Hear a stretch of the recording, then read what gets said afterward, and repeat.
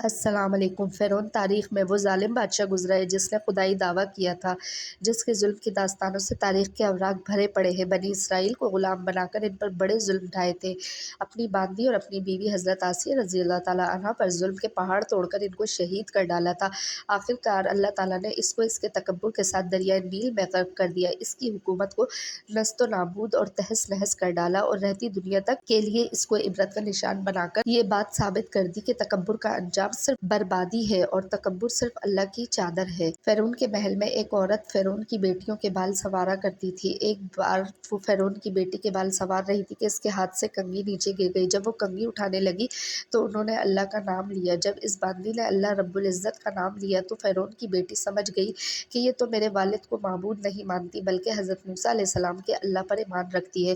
چنانچہ اس لڑکی سے پوچھا کہ کیا تم میرے والد کو خدا نہیں مانتی ہو؟ انہوں نے کہا کہ ہرگز نہیں، میرا خدا تو وہ ہے جو حضرت موسیٰ علیہ السلام کا پروردگار ہے۔ جب لڑکی نے دو ٹوک جواب سنا تو وہ اٹھ کر اپنے باپ کے پاس گئی اور کہنے لگی کہ آپ کے محل میں آپ کے زیر سایہ رہنے والی عورت آپ کو تو خدا ہی نہیں مانتی۔ بیٹی کی باتیں سن کر فرعون غصے میں آ گیا۔ چنانچہ وہ کہنے لگا کہ میں دربار میں جا کر اس عورت کو ایسی سزا دوں گا، یا تو وہ موسیٰ علیہ السلام کے اللہ کو رب کہنے سے باز آ جائے گی یا پھر اپنی جان سے ہاتھ دھو بیٹھے گی۔ اب جب فرعون اپنے دربار میں پہنچا تو اس نے عورت کو اپنے پاس بلوایا اور کہنے لگا کہ دیکھو بھائی، تم موسیٰ علیہ السلام کے اللہ کو اللہ کہنا چھوڑ دو۔ وہ کہنے لگی کہ ہرگز نہیں۔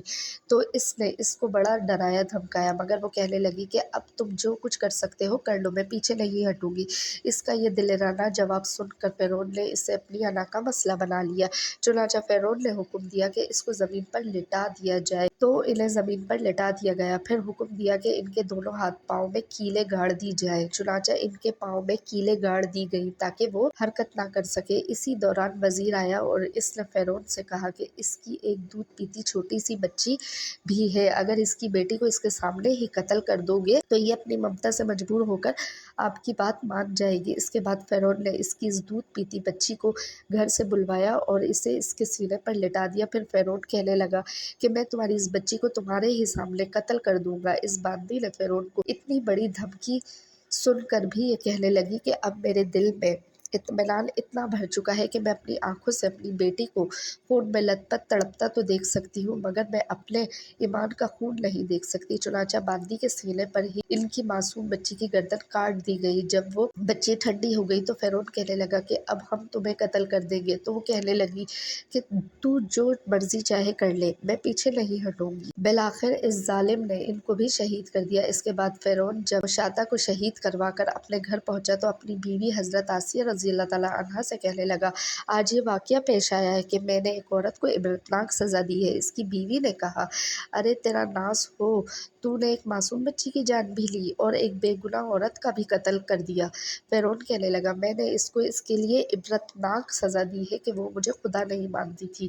یہ سن کر حضرت آسیہ رضی اللہ تعالیٰ عنہا نے کہا کہ خدا تو میں بھی تجھے نہیں مانتی بلکہ تو ایک عام انسان ہے۔ جب فرعون نے یہ سنا تو حیران رہ گیا، کیونکہ اسے حضرت آسیہ سے بڑی محبت۔ حضرت آسیہ کو اللہ تعالیٰ نے بڑا حسن و جمال عطا کیا تھا۔ فرعون نے انہیں پوری قوم کی عورتوں میں سے چن کر اس کے حسن کی وجہ سے اپنی بیوی بنایا تھا، اس وجہ سے وہ ان سے بڑی محبت کرتا تھا۔ چنانچہ فرعون کہنے لگا، یہ تم کیسی باتیں کرتی ہو؟